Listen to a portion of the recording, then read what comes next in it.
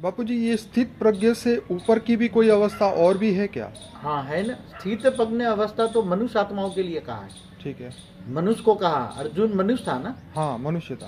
अर्जुन मनुष्य था, तो भगवान कृष्ण ने अर्जुन को कहा कि तू स्थित प्रज्ञ बन, और स्थित प्रज्ञ होकर कर्म योगी बन, अपना कर्म कर, कर्म को छोड़ के युद्ध से मत भाग।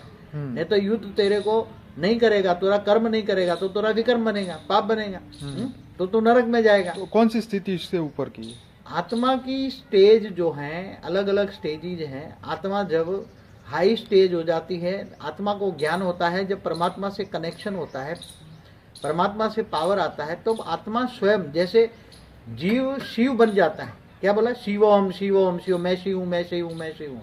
तो ऐसी तरह जब जीव शिव बन जाता है, ऐसी तरह आत्मा परम परम परम आत्मा बनती है, तब वो परम धाम में चली जाती है, अमरलोक में चली जाती है।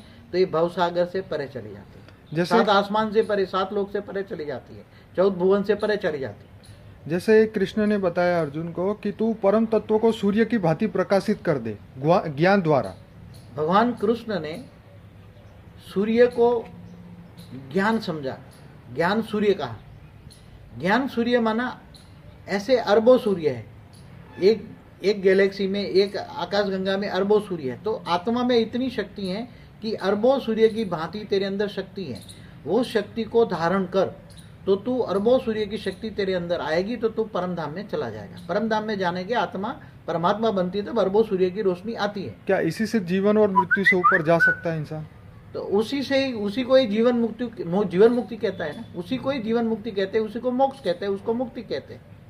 अमर लोक में जाना, परम धाम में जाना, वही तो मनुष्य का लक्ष्य होता है ना, वही लास्ट स्टेज है, आत्मा की लास्ट स्टेज है।